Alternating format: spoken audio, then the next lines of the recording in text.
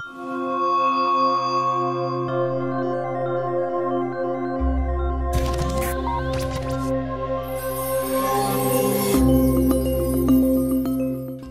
comme vous le savez, le sujet de la table ronde, c'est la merde hors brun ou déchets. Et donc, d'abord, je vais commencer par vous replacer un peu de manière historique le sujet. Donc, il faut savoir que dès lors que les activités humaines ont un peu commencé à engendrer des déchets organiques, ils ont tout de suite été en partie réutilisés en agriculture, mais qu'avec donc le développement des nouvelles techniques, on a eu l'apparition des engrais chimiques qui ont d'abord complété et ensuite supplanté l'utilisation de ces matières organiques.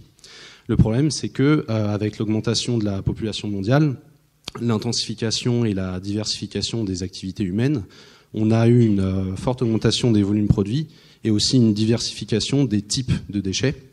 Par conséquent, aujourd'hui, on est vraiment face à une situation où on a une nécessité de recycler ces matières organiques, mais aussi, par exemple, pour ce qui concerne le phosphore, on a un appauvrissement des ressources minières et du coup, ça pose un problème pour créer ces engrais. Donc, avant de commencer, il semble nécessaire de préciser un peu les termes de la thématique. Donc, tout d'abord, quand on parle de merde, c'est quoi ? C'est l'ensemble des déchets organiques issus de 4 sources, donc les effluents d'élevage, les boues d'épuration, les déchets ménagers urbains et l'industrie. Et donc, en fait, qui vont former des matières qu'on va appeler les MAFOR, donc les matières fertilisantes d'origine résiduaire. Et donc qui sont des matières qui vont pouvoir servir d'intrants en agriculture et donc avoir de la valeur, donc sous forme d'engrais ou d'amendements parce qu'elles sont riches en azote et en phosphore, mais également vont pouvoir servir à créer de l'énergie via des méthaniseurs. Et donc c'est en ce sens qu'elles vont pouvoir représenter des ressources et donc constituer un or brun.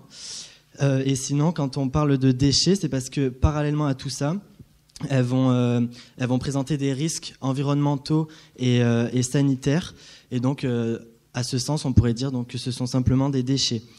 Donc, sur tout ça, on n'a pas encore assez de recul et quelques lacunes scientifiques. Donc, par exemple, l'épandage de ces matières, c'est des pratiques qui sont souvent confrontées à l'opinion publique et qui sont soumises à une réglementation très stricte.